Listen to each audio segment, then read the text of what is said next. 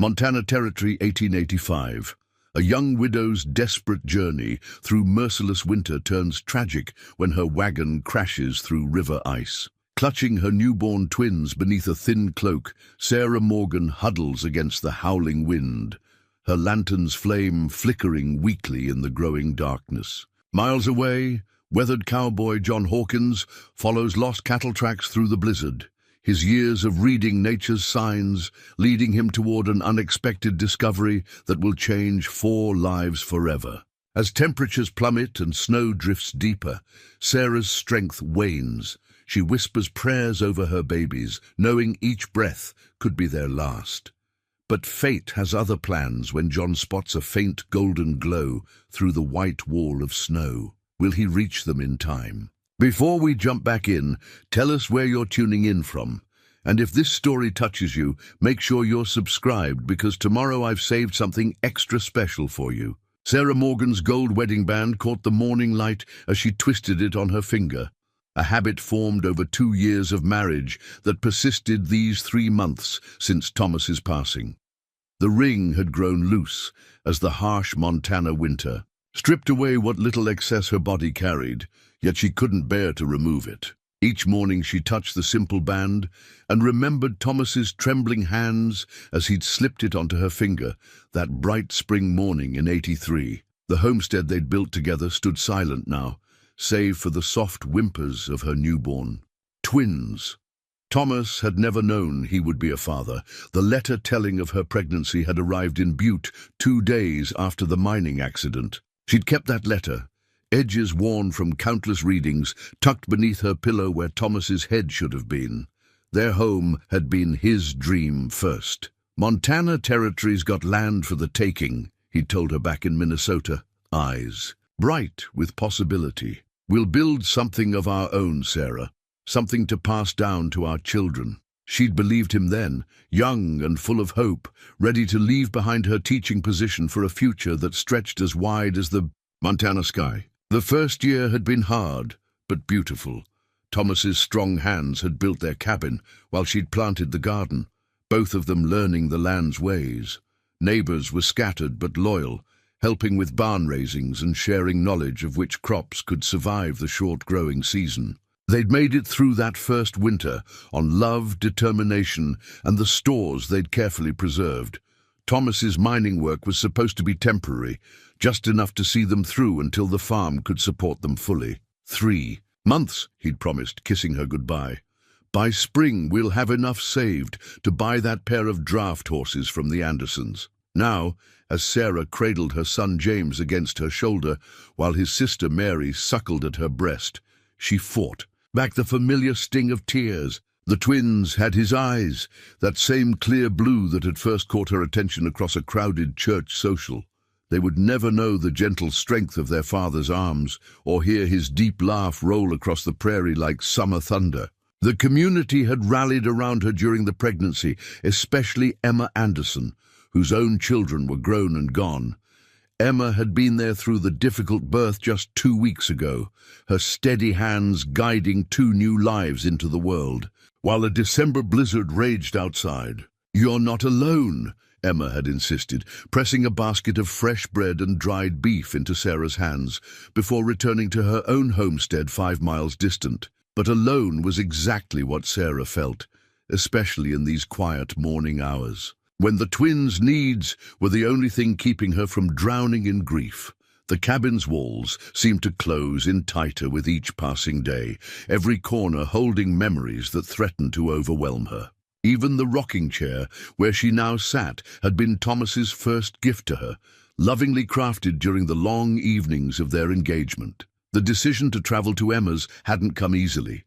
The morning had dawned clear, a rare break in the winter storms, and the twins were running low on the special tea Emma brewed to ease their colic. It was foolish, perhaps, to attempt the journey so soon after their birth, but Sarah could feel herself fraying at the edges. She needed Emma's practical wisdom and motherly comfort almost as much as her babies needed the tea. "We'll be fine," she whispered to the twins as she bundled them against her chest, wrapping Thomas's old wool scarf around them all. Your papa used to say there's no weather a well-prepared traveler can't handle. She ignored the voice in her head that reminded her Thomas had said this in summer, not in the heart of a Montana winter with 2-week-old babies to protect. The wagon was still loaded with supplies from Emma's last visit. Extra blankets, food, even a small pot of coals that could be quickly stoked to life if needed. Sarah tucked a lantern within easy reach, though she planned to complete the journey well before dusk. As she clucked the horse forward, the wedding ring caught the light once more. For a moment, she could almost hear Thomas's voice on the wind. "Be careful, my love. A storm's always closer than you think in Montana." If only she had listened more carefully to the wisdom in those words, remembered how quickly the territory's weather could turn. But hope and need had clouded her judgment, sending her down a path that would forever change not only her life, but the lives of her precious babies, and of a lone cowboy whose own story of loss and redemption was about to intersect with hers. In ways none of them could imagine, the first snowflakes began to fall 2 hours into their journey, delicate and innocent as dandelion seeds on the wind. Sarah pulled the horse to a halt, debating whether to turn back. The twins slumbered peacefully against her chest, their combined warmth a comfort against the growing chill. Her years in Montana had taught her nature's deceptions, how quickly gentle snow could transform into a blinding tempest. "Just a little further," she murmured, as much to convince herself as to soothe the restless horse. Emma's homestead lay beyond the creek crossing, no more than 3 miles ahead. The snow was falling harder now, the flakes growing heavier, more insistent. The wagon's wooden wheels creaked their protest as they pressed forward, each turn a little slower against the gathering white. The broken wagon wheel would haunt her dreams for years to come, not because it broke, it never did, but because it remained stubbornly intact as they approached the creek crossing, giving no warning of the catastrophe ahead. In spring, the crossing was a gentle ford, barely deep enough to wet a wagon's axles. But winter's secrets lay hidden beneath the snow-dusted ice, waiting to claim the unwary. The first crack came soft as a whisper, lost beneath the horse's labored breathing. Sarah felt it more than heard it, a subtle shift in the wagon's steady rhythm. The second crack shot through the air like a rifle report, and time seemed to stretch like pulled taffy. She watched, helpless, as spiderweb fractures raced across the ice's surface, white lines stark against the dark water beneath. The horse screamed, a sound of pure terror that jolted the twins awake. Sarah had one moment, one precious heartbeat, to clutch them tighter before the world tilted. The wagon's right side plunged through the breaking ice, sending up a spray of crystalline shards that caught the fading light like scattered diamonds. Cold, such cold as Sarah had never known, slammed into her body as the icy water rushed over the wagon's side. Her heavy skirts absorbed the water instantly, trying to drag her down, but her arms locked around her babies with a mother's desperate strength. Somehow, she would never quite remember how, she managed to push off from the sinking wagon, her feet finding purchase on the seat as it tilted. The twins' cries pierced the freezing air as Sarah stumbled onto the cracking ice. Each step was a prayer, each crack beneath her feet a held breath. The horse thrashed in its traces, and Sarah forced herself not to look back, not to think about the faithful animal's fate. Every ounce of her strength, every scrap of her focus had to be for the precious bundles she cradled. She made it 10 steps before her legs gave out. The creek's bank rose before her, tantalizingly close but impossibly far for her numbed limbs. The snow was falling in earnest now, thick curtains of white that reduced the world to a space no larger than a church altar. Sarah collapsed to her knees, curling her body around the twins like a shield. "Shh, my loves," she whispered through chattering teeth, tucking them deeper inside Thomas's scarf. "Mama's here. Mama's got you." Her fingers fumbled with the ties of her cloak, working purely on instinct now. She had to get them warm, had to protect them from the killing cold that was seeping into her own bones. The lantern, the thought pierced her growing mental fog like a shaft of sunlight. It had survived the wagon's tilting, somehow still hanging from its hook. With trembling hands, Sarah reached for it, nearly sobbing with relief when its familiar weight settled in her grip. Matches in her pocket were still dry, protected by the waxed paper she'd wrapped them in that morning. It took 3 attempts to light the lantern, her frozen fingers clumsy on the striker. The flame's glow seemed pitifully small against the gathering darkness, but it was something, a beacon, a declaration that they still lived, still fought against. The storm's fury, time became fluid, measured only by the twins' weakening cries and the steady dimming of the lantern's flame. Sarah tried to remember the prayers of her childhood, but the words scattered like leaves in the wind. Instead, she found herself repeating Thomas's name like a litany, a talisman against the darkness. Thomas, watch over your babies. Thomas, guide someone to us. Thomas, don't let it end here. The wind howled its response, driving snow beneath her cloak despite her best efforts. She could no longer feel her feet or hands, and the terrifying numbness was creeping up her legs. The twins had grown quiet, too quiet. Sarah forced her wooden fingers to gently stroke their cheeks, relief flooding through her as they stirred at her touch. "Stay with me, little ones," she pleaded. "Stay with me just a little longer." But her own strength was fading, reality blurring at the edges. The lantern's flame danced hypnotically, and Sarah found herself mesmerized by its movement, like Thomas's. Eyes, she thought dreamily, like the way they used to dance when he smiled at her. The last thing she remembered, before consciousness began to slip away, was a strange sound carried on the wind. Not the storm's howl, but something else. Something that might have been hoofbeats, might have been her desperate mind playing tricks. Sarah pulled her babies closer, pressing her cracked lips to their foreheads. "Just a little longer," she whispered, not knowing if she spoke to them or to herself. The lantern flickered once, twice, its light a failing star in the growing darkness. "Just a little longer." John Hawkins pulled his worn leather map from his saddlebag, though he'd long since memorized every crease and marking on its surface. 20 years of working this stretch of Montana territory had taught him to trust his instincts, but something about this storm felt different. The cattle he was tracking, 3 head from the Anderson ranch, had wandered into dangerous country. Even experienced ranch hands avoided the creek crossings this time of year. The map had been a gift from his father, handed down the day John turned 18 with words that still echoed in his memory. The territory's got its own language. "Son, learn to read it right. It'll never lead you wrong." The old man had died the following spring, but his wisdom lived on in the careful notes inked along the map's margins.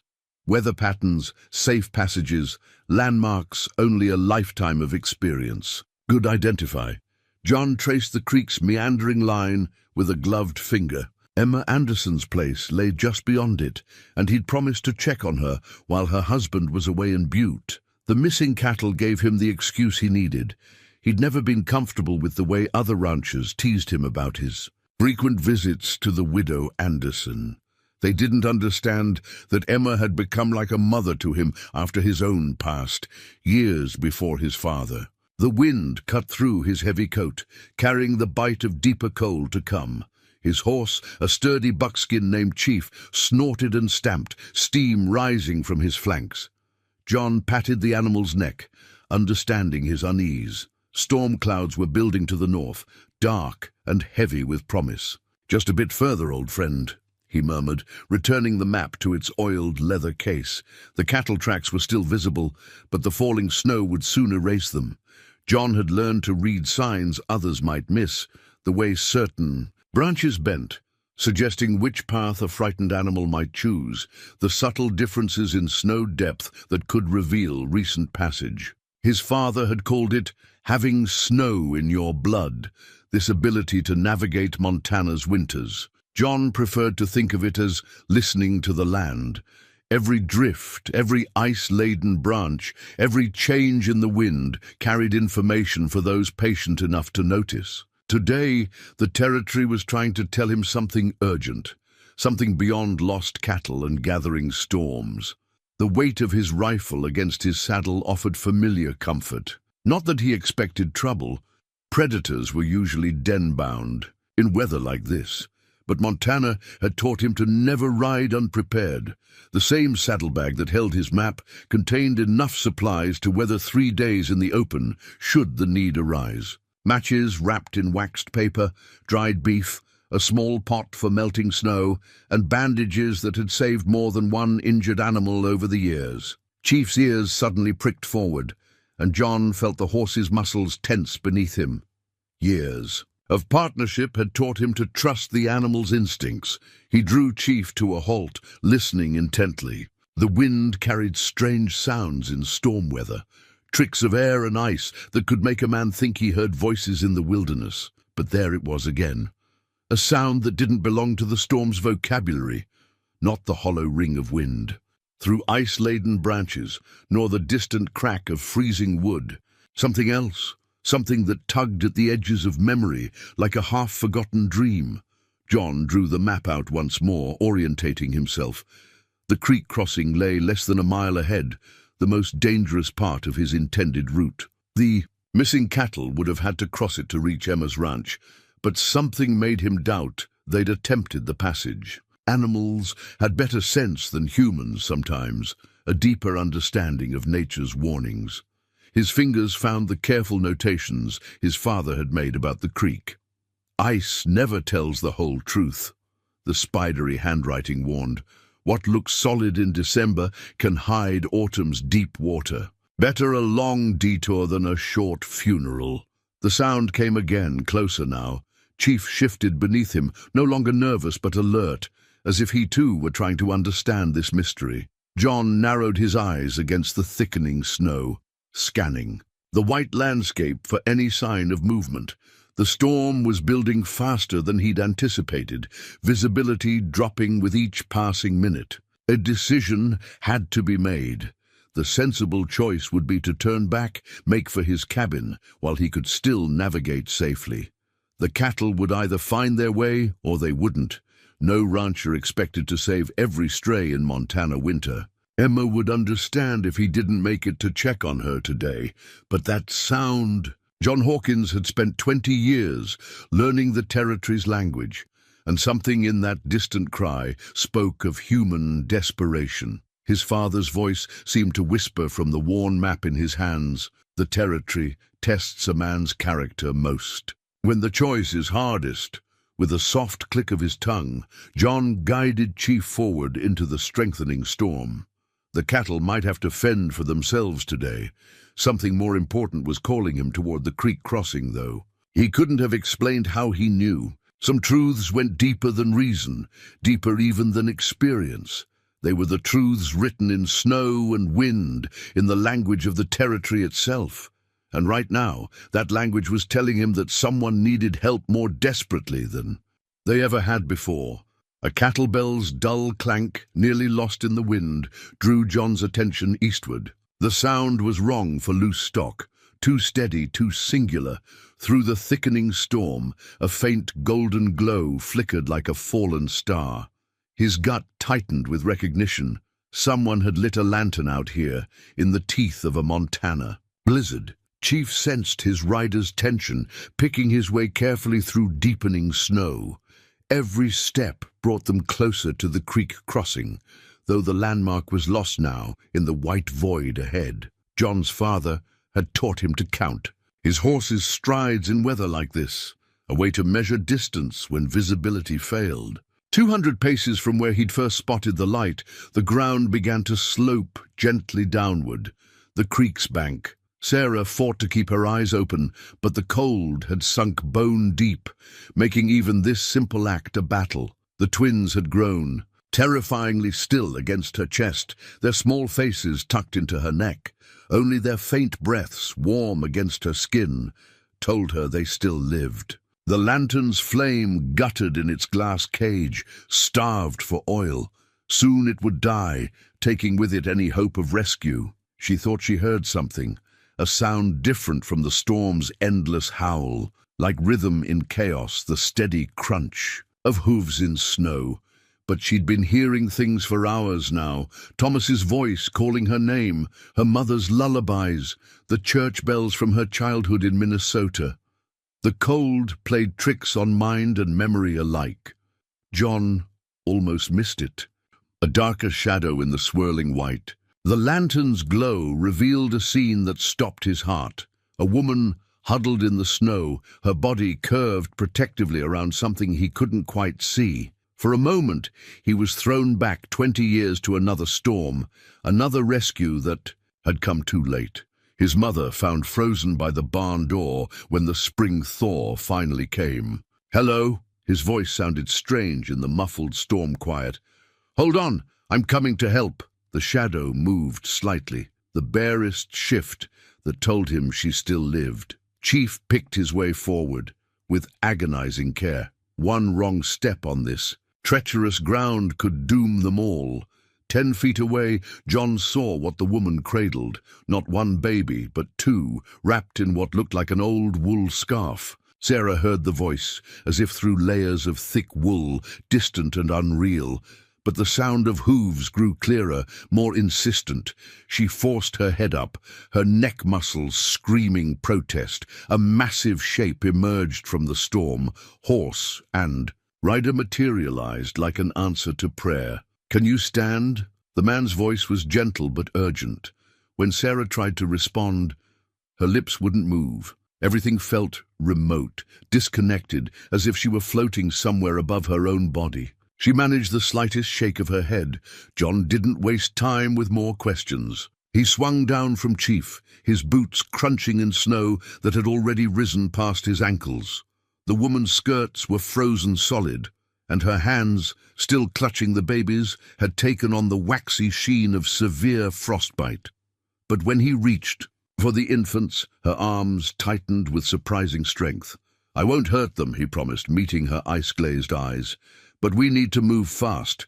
My cabin's not far." Something in his voice must have reached her because her grip loosened. Slightly, with infinite care, John lifted the entire bundle, mother and babies together, into his arms.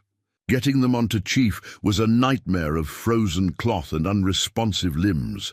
The horse stood steady as a rock, understanding without command the importance of stillness. John positioned the woman sideways across the saddle, her babies still tucked against her chest, then swung up behind them. She was so cold she felt more like carved ice than living flesh. The lantern sputtered and died, swallowed by the storm's growing fury. John gathered the reins in one hand, his other arm holding mother and children secure against him. Chief knew. The way home. He'd have to trust the horse's instincts now. Their own tracks would be long gone, erased by the relentless snow. Sarah drifted in and out of awareness, anchored only by the steady warmth at her back and the precious weight of her babies against her chest. She thought she felt movement, the rhythmic sway of a horse's gait, but nothing seemed quite real anymore. Time stretched and compressed like taffy pulled by unseen hands. "Stay with me," the man's voice rumbled close to her ear. "Talk if you can. Tell me your name." "Sarah," she managed, though her tongue felt thick and clumsy. "Sarah Morgan." The effort of speaking sent shivers racing through her body, the first she'd felt in what seemed like hours. John recognized the sign. Her body was fighting back against the cold. It was a good sign, but they weren't safe yet. "Sarah Morgan," he repeated, willing warmth into her name. "I'm John Hawkins. Your babies. They got names." The question took long moments to penetrate Sarah's fog. "James," she whispered, "and Mary." Speaking their names sparked something in her frozen mind. "Are they?" "They're breathing," John assured her, though worry gnawed at him. The twins were too quiet, too still. His cabin was still a good 15 minutes away, assuming Chief could find it in this whiteout. They'd need heat, and fast. "Thomas," Sarah murmured, and John wasn't sure if it was a name or a prayer. He said, "Storm's always closer." "Save your strength," John interrupted gently. The last thing he needed was for her to lose herself in memories now. "Just hold on to those babies. Chief here knows the way home." As if in response to his name, the horse snorted and pressed forward into the wind. John felt Sarah sag more heavily against him, her consciousness slipping again. The twins hadn't made a sound since he'd found them. Every second counted now, each hoofbeat a tick of time's merciless clock. Somewhere ahead, his cabin waited, a sanctuary of warmth and life in the storm's deadly embrace. But first, they had to reach it. 3 lives balanced between his strength and his horse's sure instinct. John Hawkins had never considered himself a praying man, but now he found himself whispering words into the howling wind, begging whatever power watched over lost souls in winter storms to guide them home. The horse's blanket beneath the saddle was the only thing John could spare for warmth. With movements practiced over countless winter rides, he managed to work it free while keeping Sarah and the twins secure against him. The wool was horse-warm and slightly damp, but it was better than nothing. He draped it around Sarah's shoulders, tucking it carefully around the babies. "Been with me 10 years, this blanket," he said, speaking to keep Sarah conscious. The wind tried to steal his words, but he felt her stir slightly at the sound of his voice. "Chief here won't mind sharing it. He's got the thickest winter coat of any horse in the territory." The storm was worsening. Snow drove horizontally now, the wind picking up speed as it funneled through the creek valley. Chief plowed forward, head low against the onslaught, each step a battle against deepening drifts. John could barely see the horse's ears through the whiteout, but he trusted the animal's instinct more than his own sense of direction now. Sarah's shivers had grown violent, her whole body trembling against him. Paradoxically, this was a hopeful sign, her body fighting to warm itself. The twins worried him more. They remained too still, too quiet, though he could feel their small chests rising and falling against his arm. "Tell me about them," he urged, needing to keep Sarah talking. "The twins. How old?" Two weeks," Sarah managed through chattering teeth. "James came first. Mary, 7 minutes later." The effort of speaking seemed to rouse her slightly. "Need Emma's tea for colic." Understanding clicked into place. She'd been trying to reach Emma Anderson's place. A desperate journey in dangerous weather. John felt a fresh surge of admiration for her courage, even as he grieved the necessity that had driven her to attempt it. Chief stumbled suddenly, catching himself before going down. John's heart leapt into his throat as he tightened his grip on his precious cargo. The horse had found a hidden drift, snow piled treacherously deep in the lee of what felt like a stand of trees. They were close now. These were the aspens that marked the approach to his cabin. "Nearly there," he promised, though in truth he couldn't be certain. Everything looked different in a storm like this. Familiar landmarks transformed into alien shapes by wind-sculpted snow. He'd made this ride hundreds of times, but never with 3 lives depending on his memory of the trail. Sarah's head lolled against his chest, consciousness slipping again. One of the twins, he thought it was Mary, made a tiny sound, more breath than cry. John had never felt more alone than in that moment, guiding his horse through a white void, while death itself seemed to stalk them on the winter wind. "Stay with me, Sarah Morgan," he said, voice rough with emotion he couldn't quite name. "Stay with me and your babies. Think about warm things. Think about summer sun on your face. Think about fresh-baked bread just out of the oven." Whether his words reached her or not, he couldn't tell, but he kept talking, describing the cabin that waited ahead, the thick walls built to stand against Montana winters, the stone fireplace that held coals banking beneath ash. He told her about the quilt on his bed, made by his mother's hands before he was born, its patterns telling stories of home and heart that he'd traced with childish fingers on sleepless nights. Chief's stride changed, becoming more certain. The wind's howl diminished slightly. They'd reached the natural windbreak formed by the ridge behind John's cabin. Relief flooded through him as a darker shape emerged from the swirling snow. The cabin's solid bulk, its outline softened by drifts, but unmistakable. "Home," he said, the word half-prayer. "We're home, Sarah. Just hold on a little longer."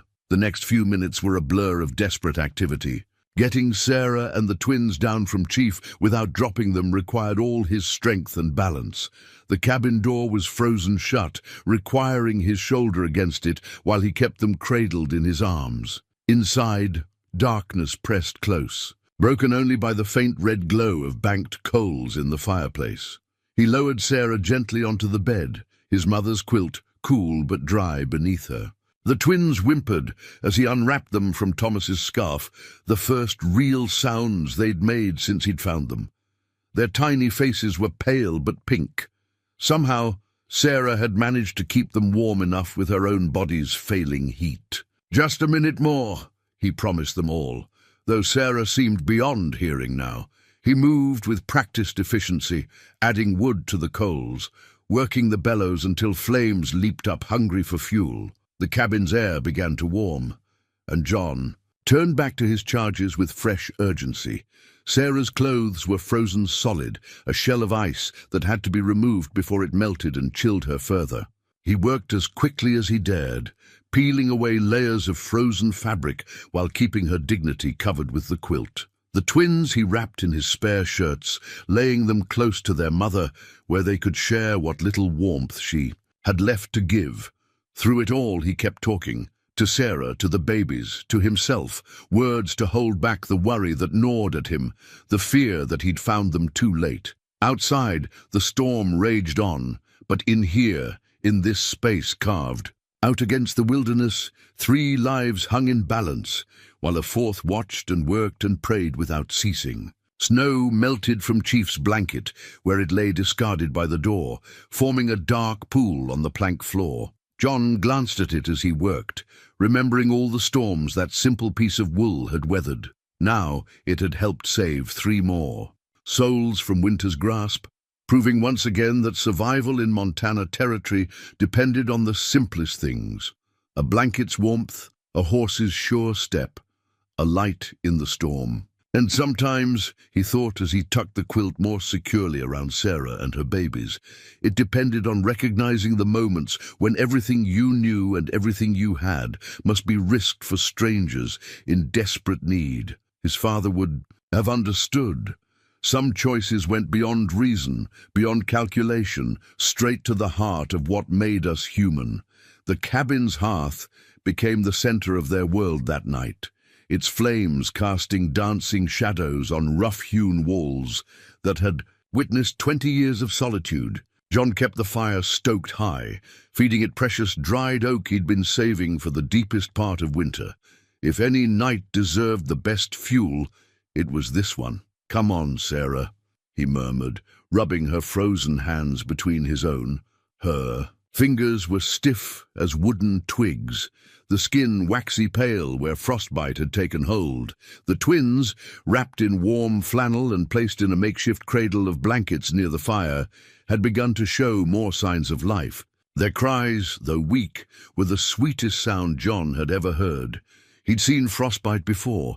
It was an old enemy to anyone who lived through Montana winters. His mother had taught him the proper treatment: warm water, never hot, and gentle massage to restore circulation. The kettle steamed gently on its hook above the fire, and John tested each dipper of water on his wrist before beginning the slow process of warming Sarah's hands and feet. "You've got to fight now," he told her unconscious form. "Those babies need you." He kept his voice steady and low, the same tone he used with frightened horses. Whether she could hear him or not, he believed somehow that his words might reach her, might give her something to follow back to the world of the living. The first hint of returning color to her fingers brought both relief and pain.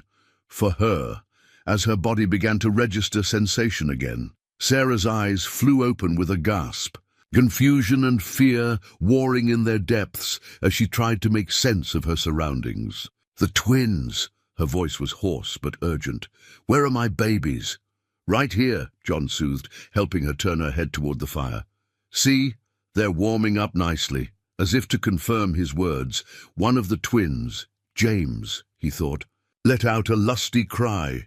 Tears spilled down Sarah's cheeks as she watched her children squirm in their blanket nest. "They're alive," she whispered. "I was so afraid." Her voice broke, and John had to resist the urge to gather her into his arms. "You kept them alive," he said firmly. "You did everything right, Sarah.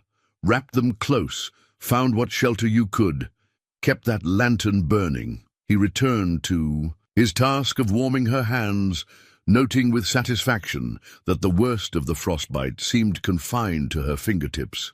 "You're the reason they survived long enough for me to find you." Sarah tried to flex her fingers and gasped at the pain. "It feels like they're on fire." "That's good," John assured her. "Means the feeling's coming back. Try to wiggle. Your toes too, if you can." While Sarah struggled with these small movements, John kept one eye on the twins. They would need feeding soon, but first their mother had to regain enough strength to hold them. He'd seen newborns before. Emma Anderson had shown him how to care for orphaned lambs in spring, but human babies were infinitely more precious and delicate. The wind howled outside, rattling the cabin's shutters, but inside the temperature was rising to something approaching comfort. John added another log to the fire, positioning it carefully to catch. His wood supply would take a beating tonight, but he had never been more grateful for his habit of overstocking before winter. "Set in." "Where?" Sarah's voice was stronger now, though confusion still clouded her eyes. "Where exactly are we?" "My cabin," John replied, moving to check on the twins again. "About 3 miles from where I found you, as the crow flies. Though in this storm, Chief had to take the long way round." He managed a small smile. "We're roughly halfway between your place and Emma Anderson's." Recognition flickered in Sarah's expression. "You know Emma? She's been like a mother to me since mine passed."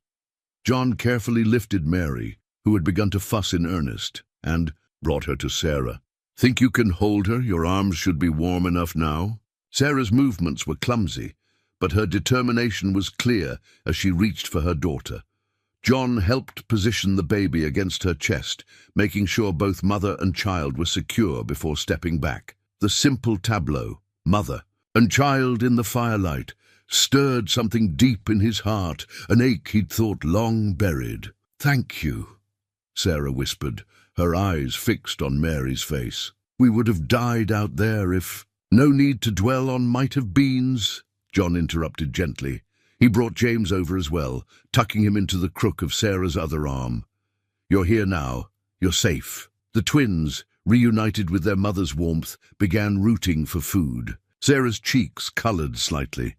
Would you mind turning away for a moment?" John immediately busied himself with the fire, his back turned to give her privacy as she fed her children. The simple domestic sounds behind him, a mother's soft murmuring, the contented noises of nursing babies, filled the cabin with a warmth that had nothing to do with the blazing hearth. "I never thought I'd be grateful for lost cattle," he said after a while, still facing the fire. "Been tracking 3 of Emma's strays all day. That's what led me to your area." He paused, listening to the storm's fury. "Though now I'm thinking, those cattle had more sense than humans, probably found shelter long before the worst hit."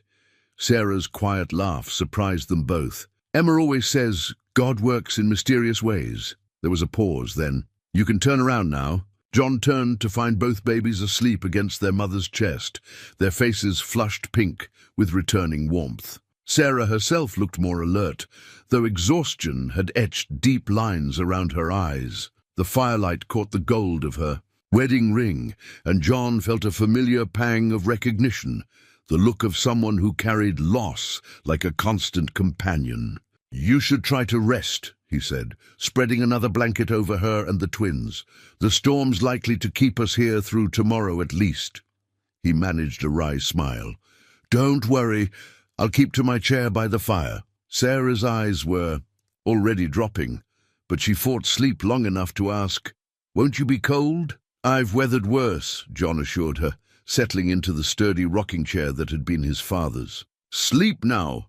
You're safe here." As if his words had granted permission, Sarah drifted off, her children cradled close. John watched the 3 of them in the firelight, marveling at how quickly his solitary life had been transformed. Tomorrow would bring its own challenges, But for now, his cabin had become something it had never been before, a sanctuary for new life, a shelter for hope itself. Dawn crept into the cabin like a shy visitor, filtering through frost-rimmed windows to find John already awake, tending to the coffee pot that had been his constant morning companion for 2 decades.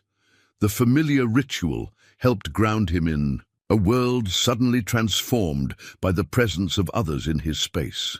The twins had woken twice in the night for feeding, their small cries piercing the usual winter silence of his home. He'd taught himself to make coffee the way his mother had, strong enough to stand a spoon in, tempered with just enough chicory to smooth the bitter edges. The pot had been hers too, brought all the way from Pennsylvania when she'd followed.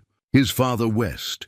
Its dented copper surface caught the morning light, reflecting tiny points of fire from the freshly stoked hearth. Sarah stirred at the rich aroma, her eyes opening slowly to take in her surroundings. The confusion of the previous night had cleared, leaving a quiet alertness in its place. "Is that real coffee I smell?" "As real as they come," John replied, pouring a cup and bringing it to her. "Think you can manage to hold it? Your hands should be better this morning." She sat up carefully, mindful of the sleeping twins beside her, and wrapped her fingers around the warm cup. The worst of the frostbite had indeed receded, leaving only tender pink skin in its wake. "Thank you," she said, and John knew she meant for more than just the coffee. "Storm's still blowing," he reported, settling back into his chair with his own cup. "But the worst seems past. Another day, maybe 2, before it's safe to travel." He paused, watching her take a careful sip. "How do you find it?" "Perfect," Sarah breathed, closing her eyes in appreciation. "I haven't had proper coffee since Thomas." She opened her eyes again, meeting John's gaze directly for the first time. "I suppose you're wondering what kind of fool woman takes 2 newborns out in a winter storm. Reckon every parent's been a fool for their children at some point," John said mildly. "Emma told me once that her firstborn had colic so bad she walked 5 miles in spring mud just to get advice from an old Crow medicine woman." Sarah's smile was sudden and warm, transforming her tired face. "That sounds like Emma. She's been more than kind since Thomas." She trailed off, her fingers tightening around the coffee cup. "The mining accident," John finished gently. "Word travels even out here. I'm sorry for your loss." "As I am for yours," Sarah replied, surprising him. At his questioning look she added, "The way you speak of your parents, always in past tense, and there's something in your eyes, something that recognizes the shape of grief." James chose that moment to wake, his cry sharp with hunger.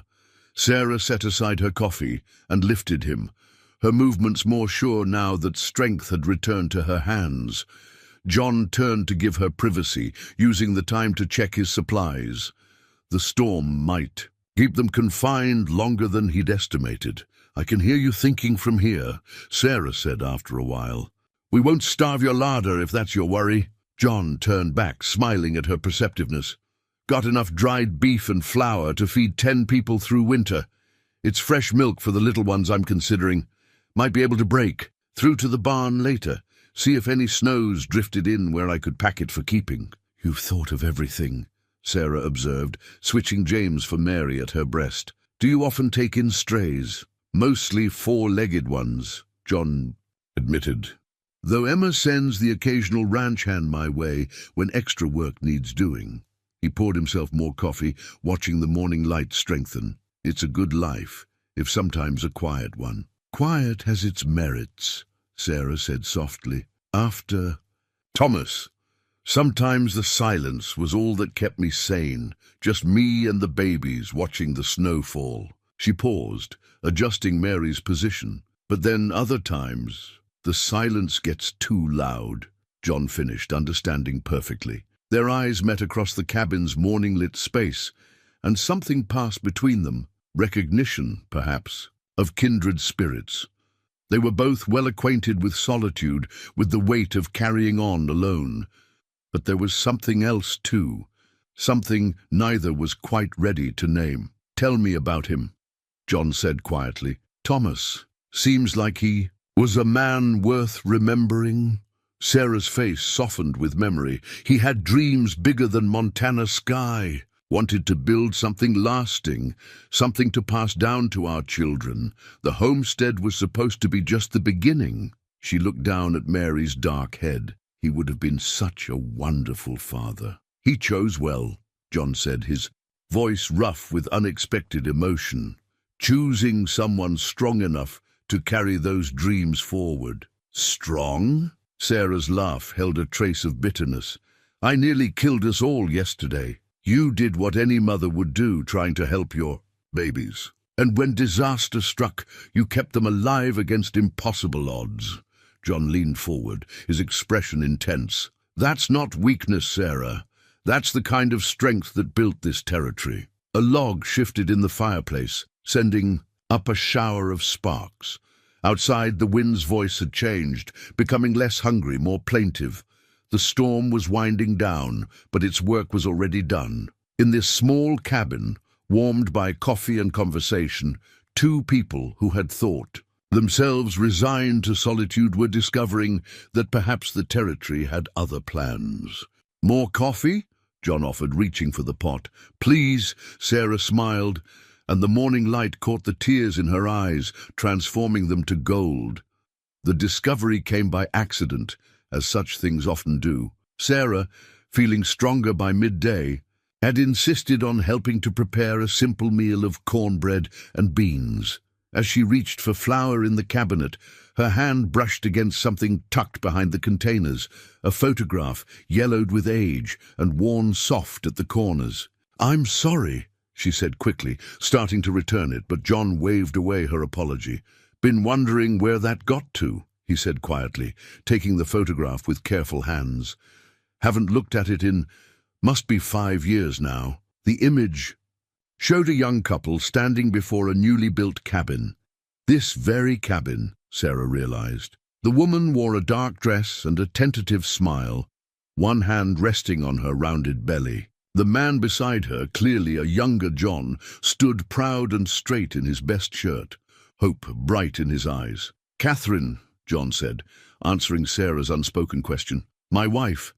This was taken in '65, just after we finished the cabin. His thumb brushed gently over the image. She died that winter, her and our baby both. The snow came early that year. Sarah's hand found his arm, a touch of simple understanding. What was she like? The question seemed to surprise him. Most people offered only awkward condolences when they learned of his loss. She loved music, he said after a moment. Used to sing while she worked, old hymns mostly. Had a voice that could make birds stop to listen. A smile touched his lips at the memory. And she was brave. Lord, was she brave. Followed me out here from Boston with nothing but faith and love to guide her. The twins were sleeping peacefully in their makeshift cradle, allowing Sarah to give John her full attention. Did she help you build the cabin? Insisted on it, John chuckled. Said if she was going to live in it, she ought to have a hand in making it. Learned to use a saw and level as well as any man. His expression grew distant. We had such plans. Wanted a whole passel of children, a proper ranch, maybe even a piano someday for her to play. Sarah studied the photograph again, seeing now the echoes of those dreams in the young couple's faces. What happened? Childbirth, John said simply. Doctor couldn't make it through the snow. His voice caught. I did everything I knew. How, but it wasn't enough. Lost them both before dawn. He drew a deep breath. Been just me here ever since.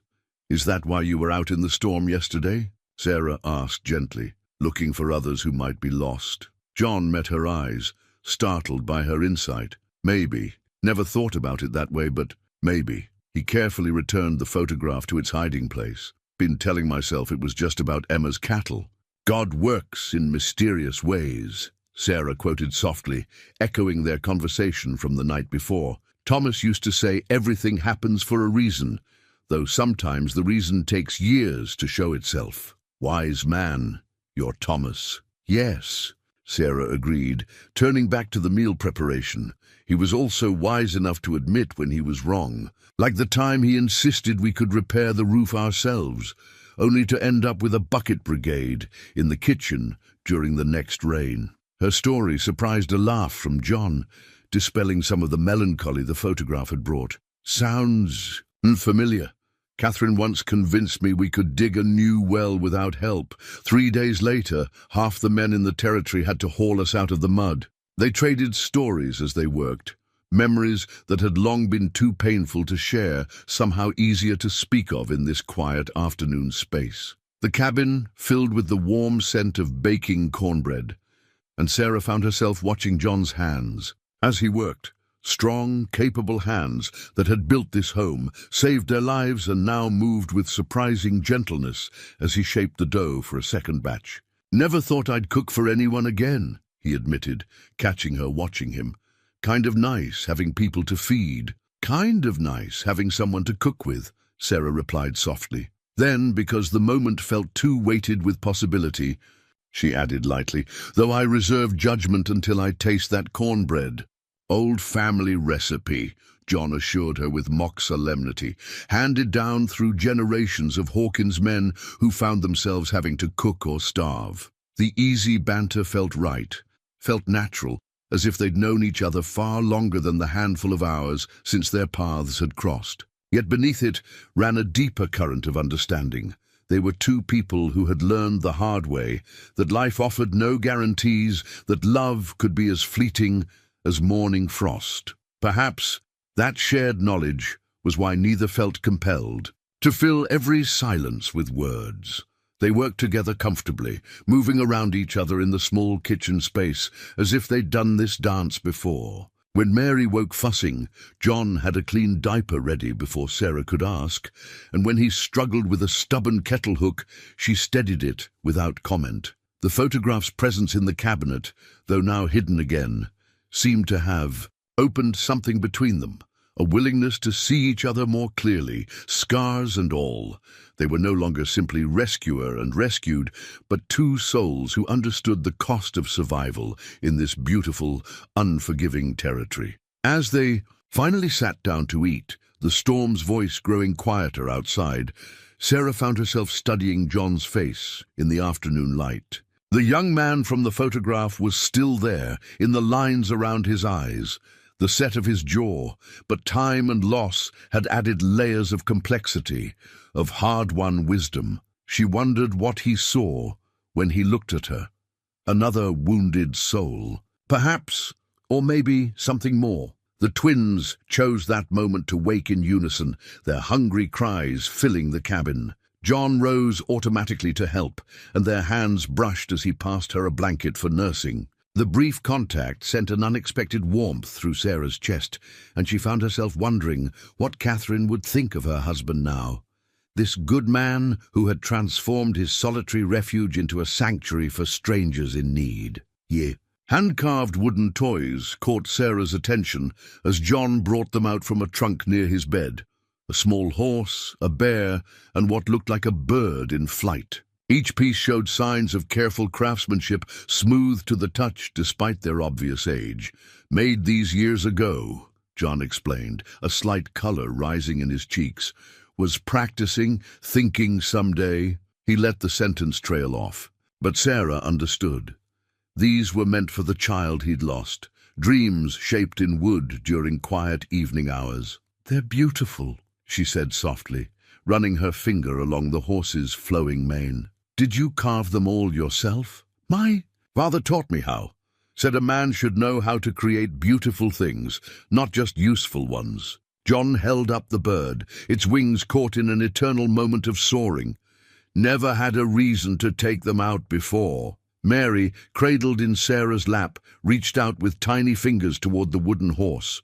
Her brother James, who John had been bouncing, gently on his knee, followed the movement with curious eyes. "Think they might be a mite young for toys," John said, but Sarah shook her head. "They're never too young to know beauty," she replied. "Besides, they seem fascinated by your voice. You should have seen how they settled when you were telling that story about the lost calf this morning." It was true. The twins had shown a remarkable affinity for John's deep, gentle tones. He had a way of speaking that seemed to soothe them even during their fussiest moments. Sarah had watched in amazement earlier as he'd walked the cabin with James, telling him about each tool and implement, as if the 2-week-old infant was his most attentive audience. "Reckon they're just tired of hearing their mama's voice," Sarah added with a self-deprecating smile. "Now that I don't believe," John said firmly, "you've got a way about you when you're with them. Like you're sharing secrets with the angels themselves." The compliment brought unexpected tears to Sarah's eyes. Thomas had never seen her as a mother, never known how completely their children would capture her heart. But here was this near stranger, noticing and naming the sacred bond she shared with her babies. A comfortable silence fell between them, broken only by the twins' soft noises and the ever-present voice of the wind. The storm had weakened considerably since morning, but darkness would arrive soon, bringing with it another night of shared sanctuary. "Would you read to us?" Sarah asked suddenly. "I saw some books on that shelf, and it's been so long since I heard someone else's voice reading aloud." John looked surprised but pleased. "Not much of a library, I'm afraid. Mostly practical things. Farming almanacs, medical guides, though—" He stood, careful not to disturb James, and reached for a worn volume. "My mother left this. Poetry, mostly. Some Shakespeare, too." "Perfect," Sarah said, settling more comfortably in her chair. Mary was fighting sleep, her small face scrunching with the effort to keep her eyes open. John found a page marked with a faded ribbon and began to read.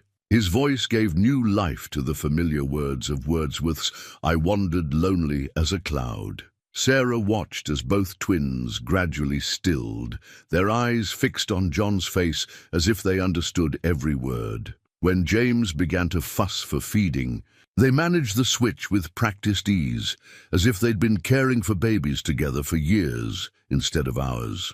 John never broke stride in his reading, one hand automatically reaching out to steady Sarah as she rose with Mary.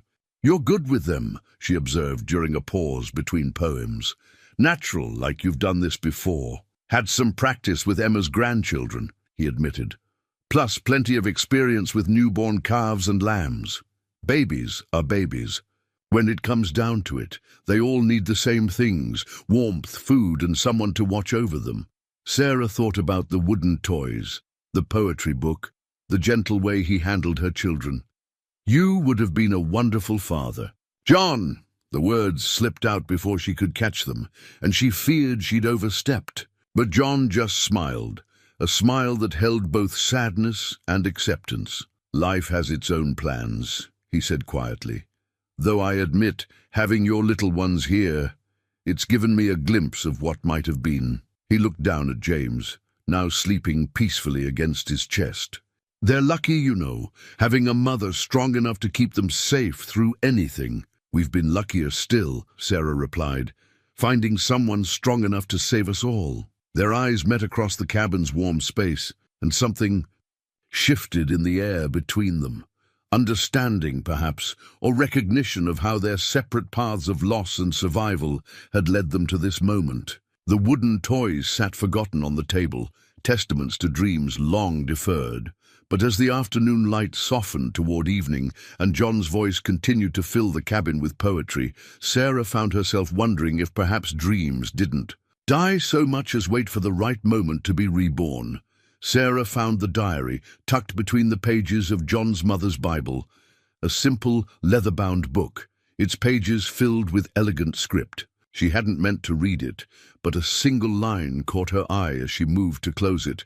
"Love comes twice blessed when it arrives in winter's depths." The words, written by John's mother years ago, seemed to speak directly to the thoughts Sarah had been trying to suppress since that morning.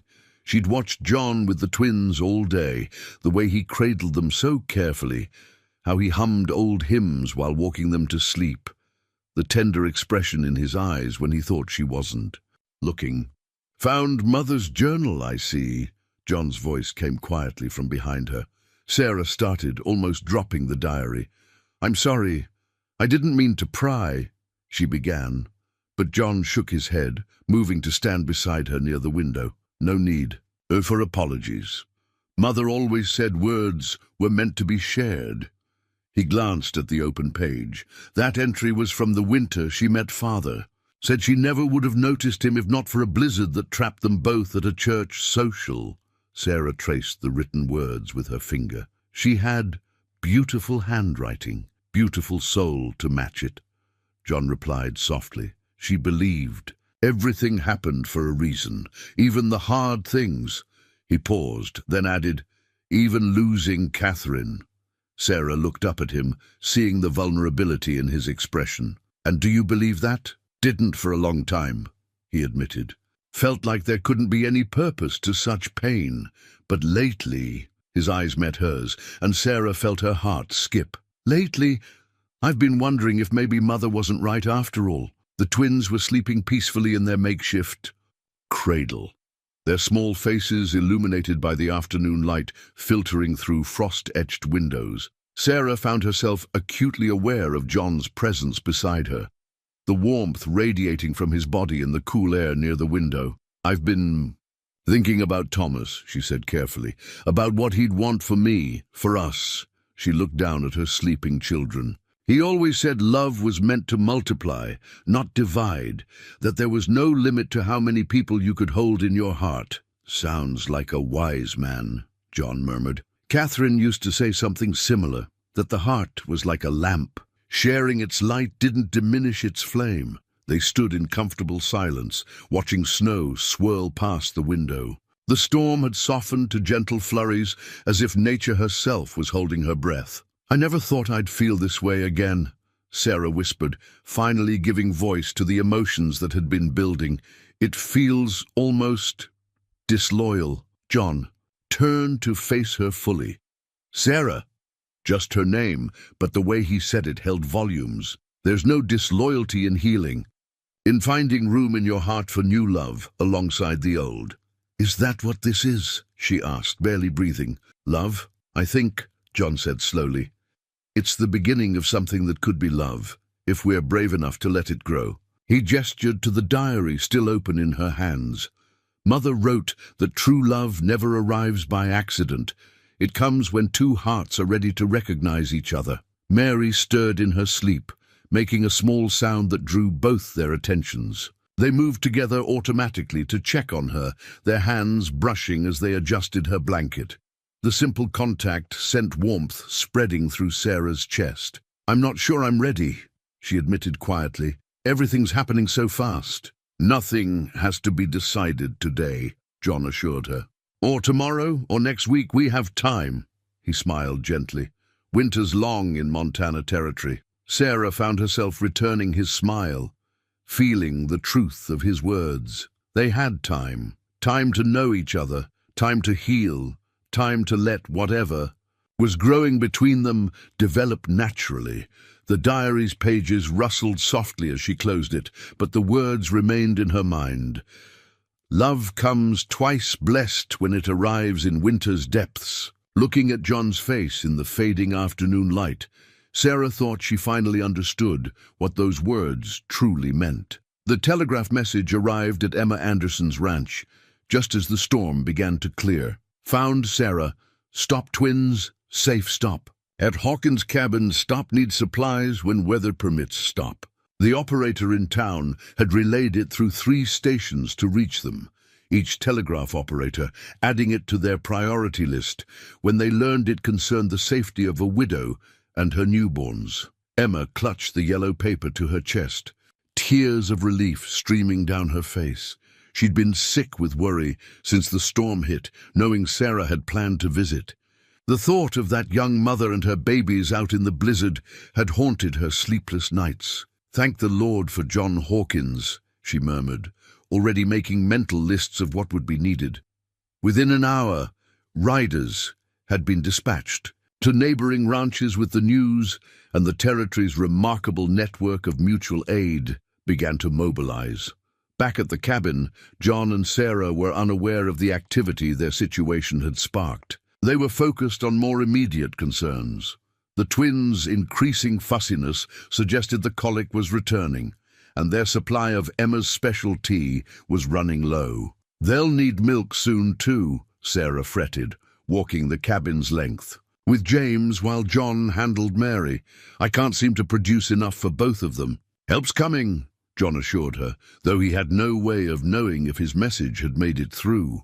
"Emma won't let us go without once she knows you're here." As if in answer to his words, a distant sound caught their attention, the muffled approach of horses through deep snow. John handed Mary to Sarah and moved to the window, rifle ready more from habit than any real concern. "Well, I'll be damned," he muttered, a smile spreading across his face. "Looks like the whole territory's turning out." Sarah joined him at the window, both twins cradled against her.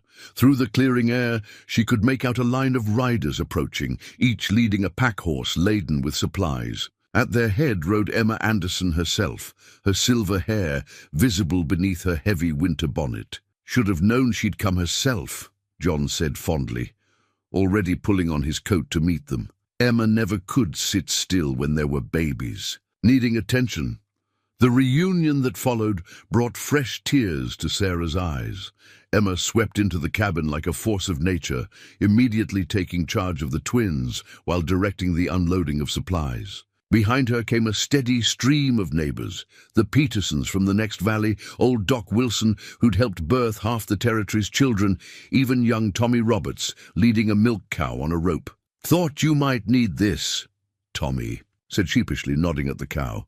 "She's our best milker, and Ma said to leave her with you long as you need her." The cabin that had seemed so spacious the day before was suddenly full to bursting with people and provisions.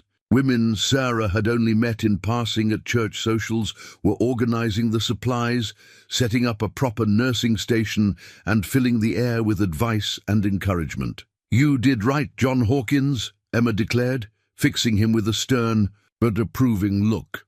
"Though next time you might send word a bit sooner that you got a family taking shelter with you." Something in the way she said family made both John and Sarah glance at each other, then quickly away. The moment didn't go unnoticed by Emma, whose eyes took on a knowing twinkle. "Now then," she continued, turning back to the general bustle, "we've brought enough to see you through till spring if need be, though the weather's supposed to clear by tomorrow."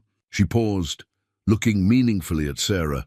"No rush to leave before you're ready, mind you. John's cabin's as safe a place as any in the territory." The implications in her tone made Sarah blush.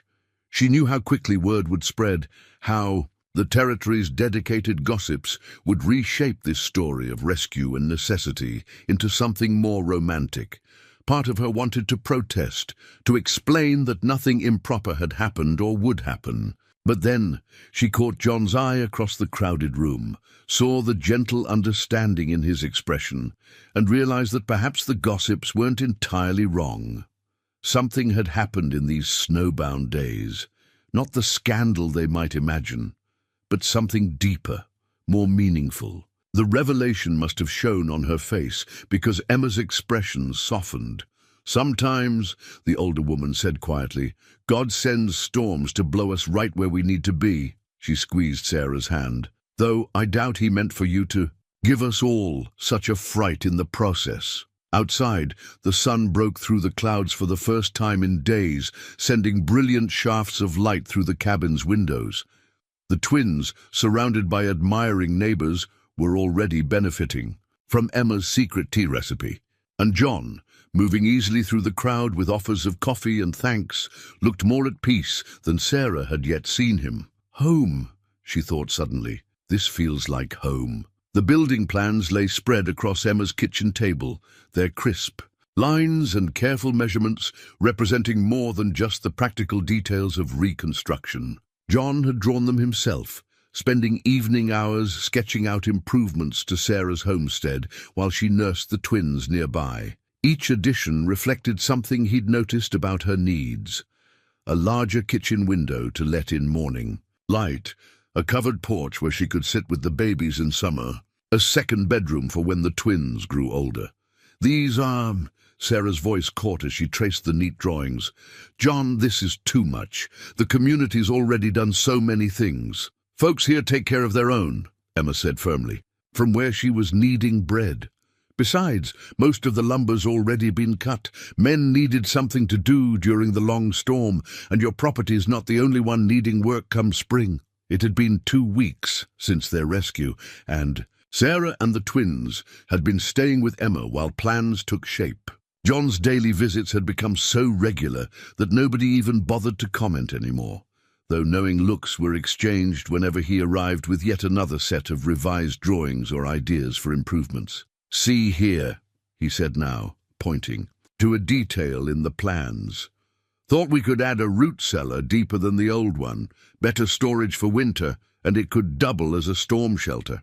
The memory of finding them in the blizzard still haunted him, driving his determination to create every possible safety measure. Sarah's hand covered his on the papers, stilling his explanations. "It's perfect, John, all of it." Their eyes met, sharing an understanding that went beyond mere building plans.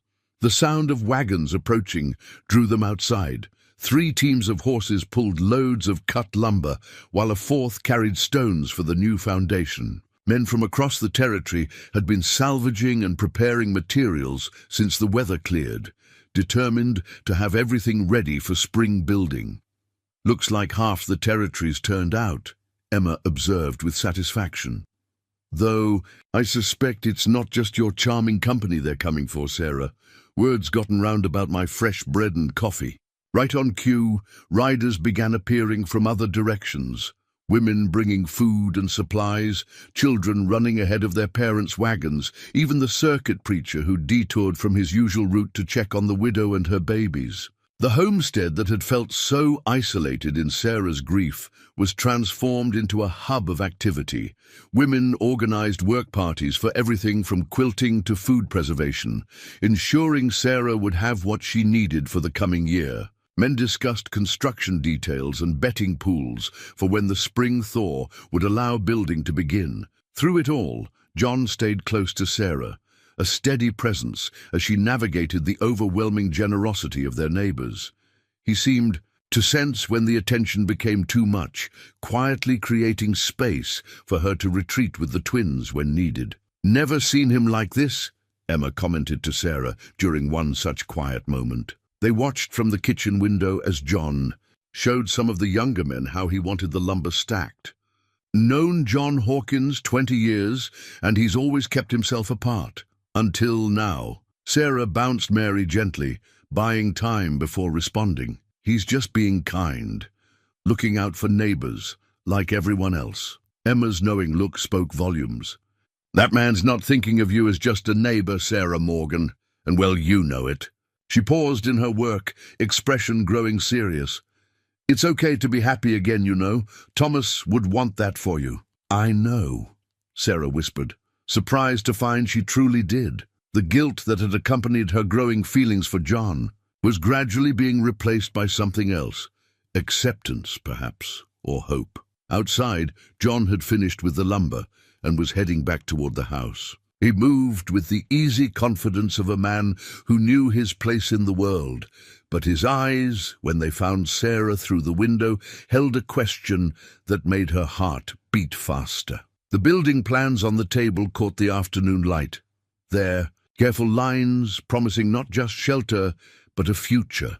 Sarah realized that while everyone saw them as simple construction drawings, she and John knew they were something more, a declaration of intent, a promise, a new foundation for more than just a house. The packet of garden seeds sat between them on Emma's porch steps, their simple paper envelopes promising life and color, carrots, peas, flowers for summer blooming.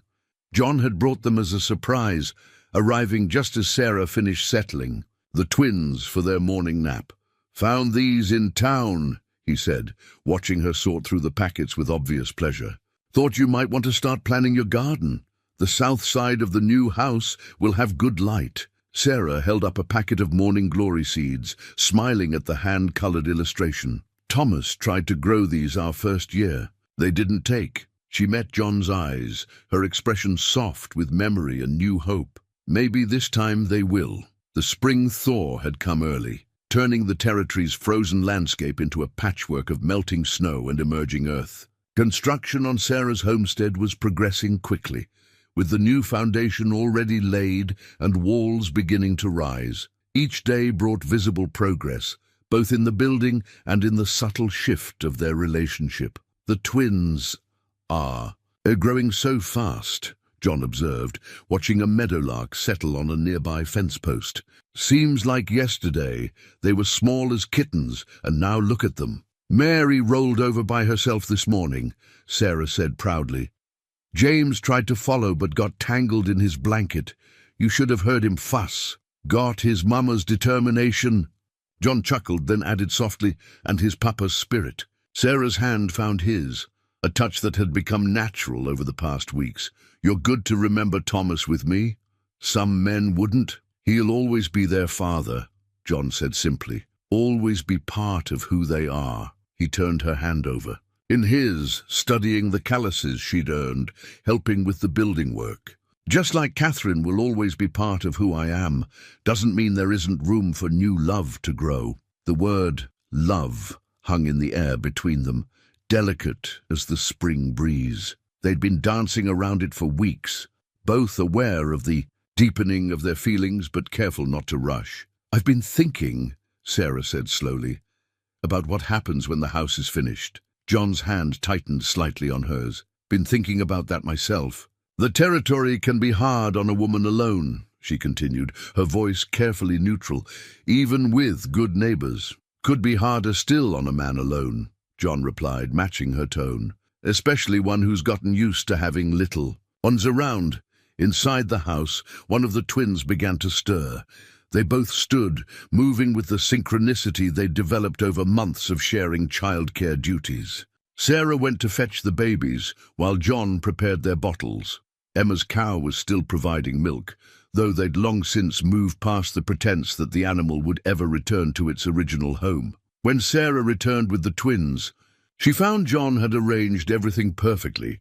Blankets spread in the porch's sunshine, bottles warmed just right, even a cup of coffee for each of them.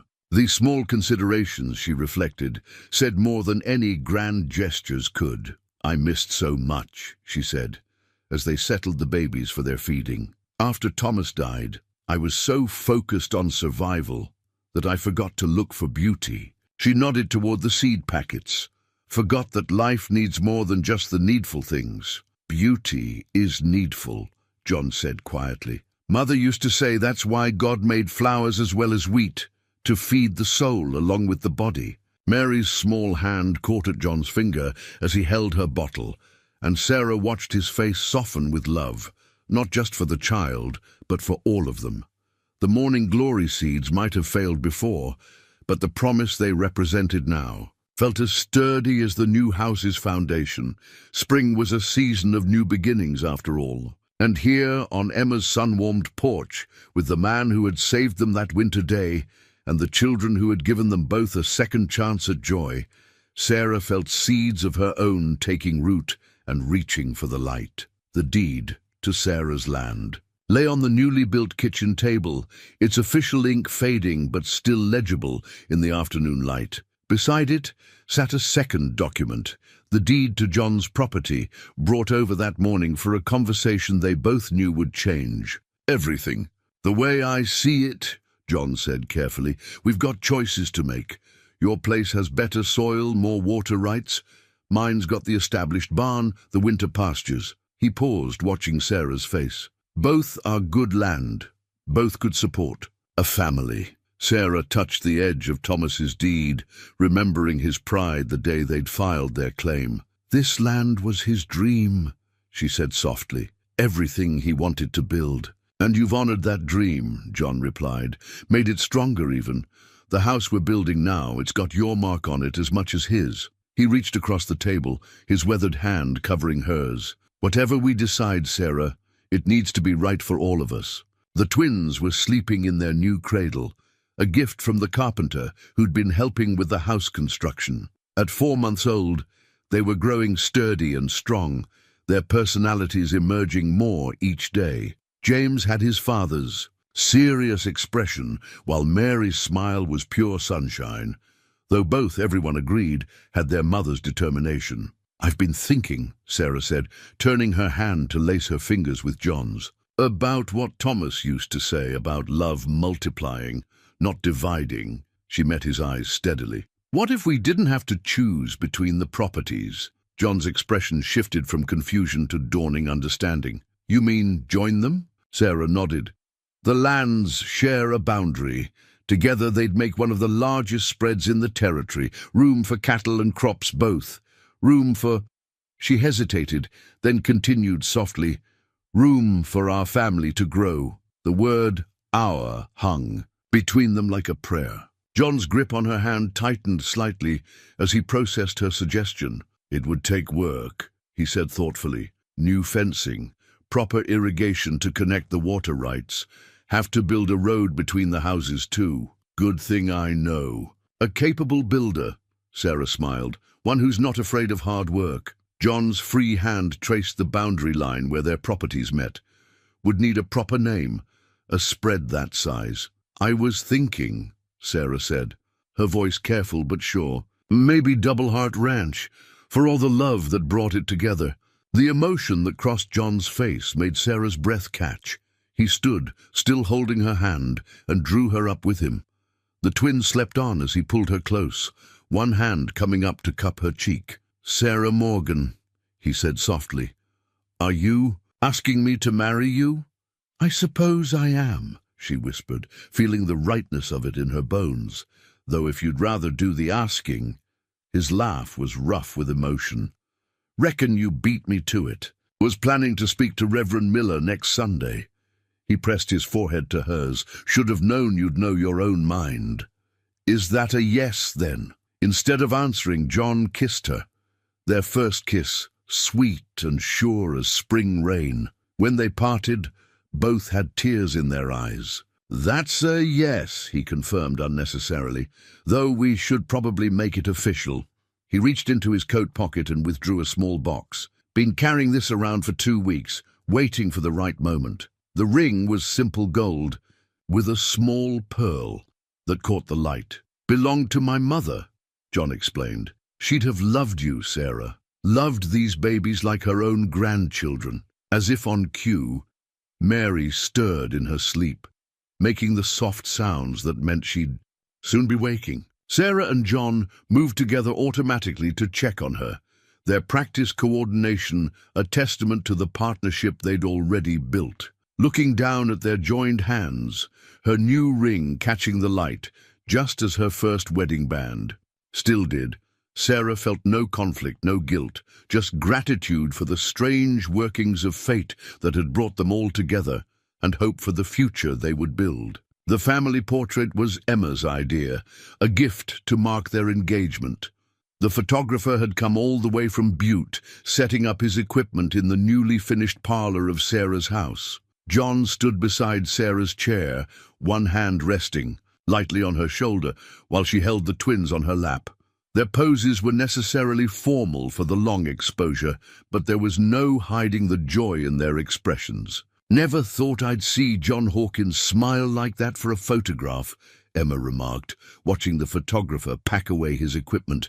"Man usually looks like he's facing a firing squad when someone points a camera his way." Sarah touched the pearl ring on her finger, still getting used to its presence alongside Thomas's band. "He smiles more these days in general," she said softly, "especially when he's with the twins." As if to prove her point, John's laugh drifted in from the kitchen, where he was entertaining the babies while they waited for their afternoon feeding. He had taken to fatherhood as naturally as breathing, knowing instinctively when to be gentle and when to be firm, when to step in and when to let them work things out for themselves. "James rolled all the way across the blanket today," he announced, proudly, bringing the twins back to Sarah. "This boy's going to be mobile before we know it." "Mary's not far behind," Sarah added, settling them for nursing. "She almost made it yesterday, just got distracted by her toes halfway through." The easy domesticity of the scene brought tears to Emma's eyes. She remembered all too well how close they had come to losing this little family in the winter storm. Now, watching them together, it seemed impossible that there had ever been a time when they weren't a unit. "The whole territory's talking about your wedding," Emma said, pouring fresh coffee for them all. "Reverend Miller says he can't remember the last time there was such excitement about a ceremony." "We're hoping for something simple," Sarah protested. But Emma waved away her concerns. "Simple doesn't mean small, dear. People want to celebrate this, not just your marriage, but everything it represents. Hope, second chances, love, winning out over loss." She fixed them both with a stern look. "You'll just have to accept that your happiness means something to all of us." John settled into the chair beside Sarah's, automatically reaching to adjust Mary's blanket.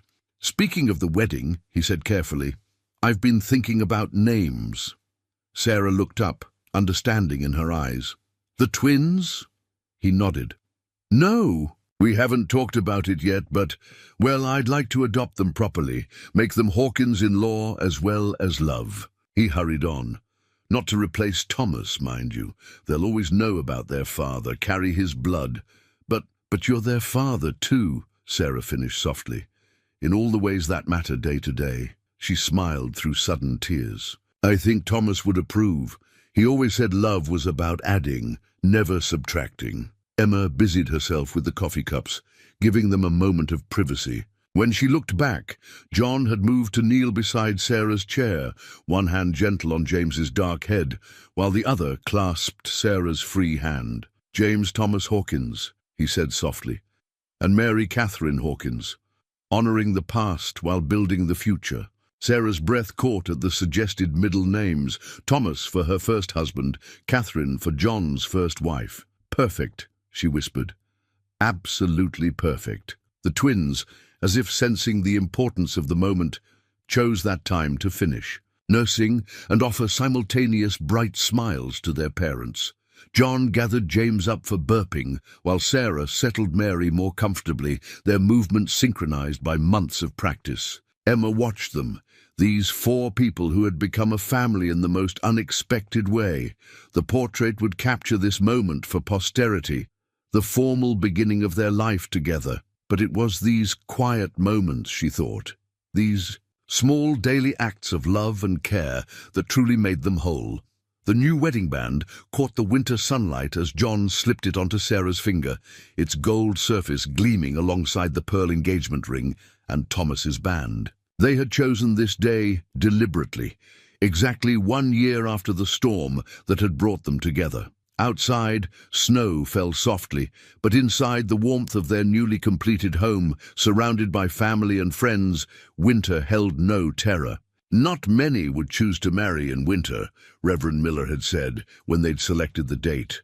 But to John and Sarah, it felt right. Winter had given them their beginning. It seemed fitting that it should witness their formal union as well.